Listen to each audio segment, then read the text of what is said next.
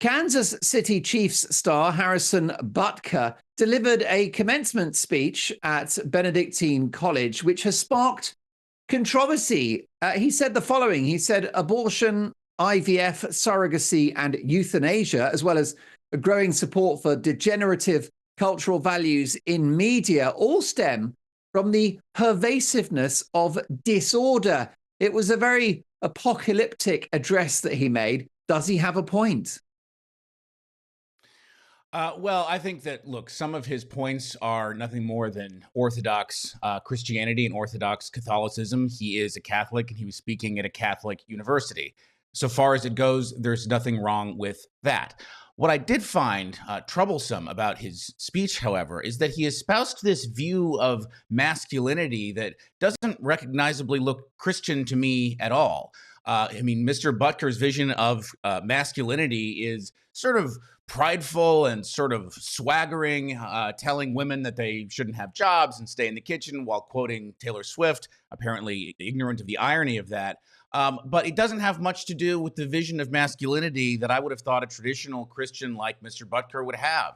The vision of Jesus Christ crucified on the cross, helpless, humiliated, surrendering to his Father's will, or the vision of St. Joseph, silent in the Gospels. Mr. Butker maybe would have done a little bit better to emulate St. Joseph in that regard, given the reception that his speech is getting. But there were some points of the speech that were fine, I suppose.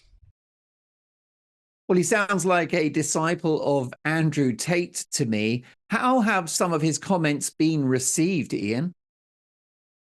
Well, his comments haven't been received very well. Of course, they have been received poorly by, for example, the millions of women with jobs and careers who look up to the many Catholic saints, for example, like Joan of Arc, who did much more and were called to different things than simply, the sort of role that Mr. Butker has for them. But they've also been received by a lot of for example, the Catholic friends in my own circles quite poorly because they're not, as I said, recognizably Christian. I don't really know who the audience for this speech was. There is, I suppose, a very sort of narrow-minded and sort of very shallow pool of a certain kind of, fanatically right-wing adult Catholic convert in the United States that loves to hear this kind of thing. But thank God there are not many of those people.